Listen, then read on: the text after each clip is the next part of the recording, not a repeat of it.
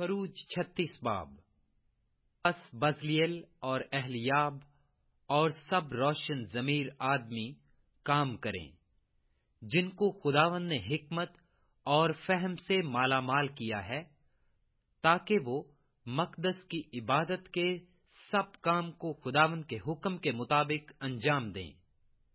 تب موسیٰ نے بزلیل اور اہلیاب اور سب روشن ضمیر آدمیوں کو بلایا، جن کے دل میں خداوند نے حکمت بر دی تھی، یعنی جن کے دل میں تحریک ہوئی کہ جا کر کام کریں، اور جو ہدیے بنی اسرائیل لائے تھے کہ ان سے مقدس کی عبادت کی چیزیں بنائی جائیں، وہ سب انہوں نے موسیٰ سے لے لیے، اور لوگ پھر بھی اپنی خوشی سے ہر صبح اس کے پاس ہدیہ لاتے تھے۔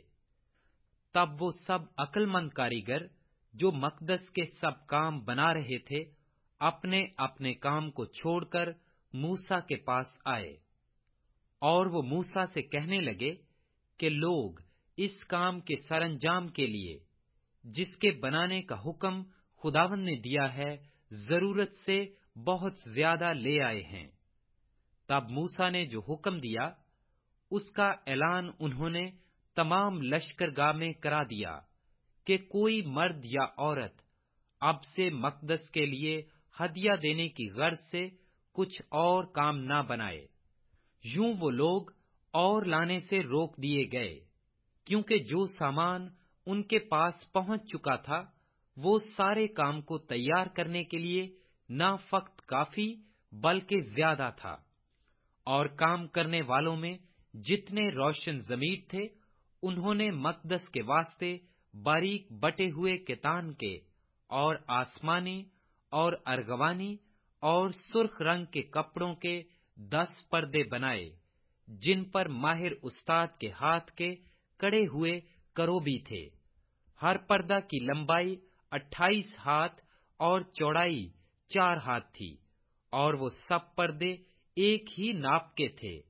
اور اس نے 5 پردے ایک دوسرے کے ساتھ جوڑ دیے، اور دوسرے 5 پردے بھی ایک دوسرے کے ساتھ جوڑ دیے، اور اس نے ایک بڑے پردہ کے حاشیہ میں اس کے ملانے کے رخ پر آسمانی دوسرے بڑے پردہ کی اس طرف کے حاشیہ میں بنائے جدھر ملانے کا رخ تھا۔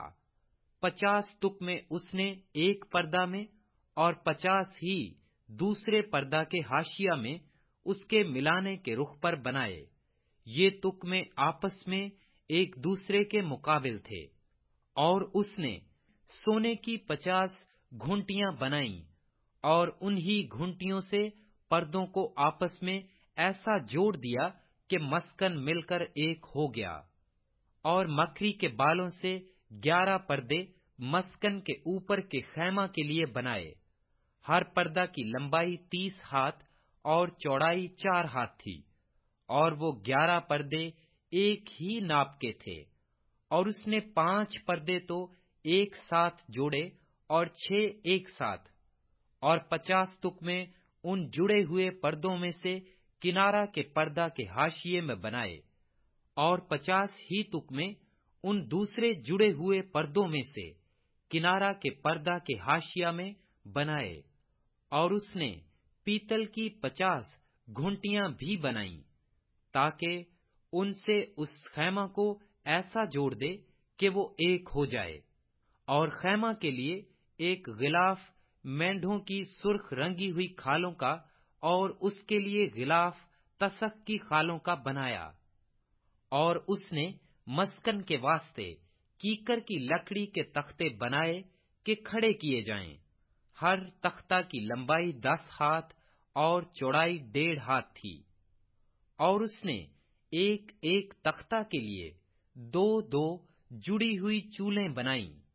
مسکن کے سب تختوں کی چولیں ایسی ہی بنائیں۔ اور مسکن کے لیے جو تختے بنے تھے، ان میں سے 20 تختے جنوبی سمت میں لگائے۔ اور اس نے ان 20 تختوں کے نیچے چاندی کے 40 خانے بنائے، یعنی ہر تختہ کی دونوں چولوں کے لیے 2 خانے۔ اور مسکن کی دوسری طرف یعنی شمالی سمت کے لیے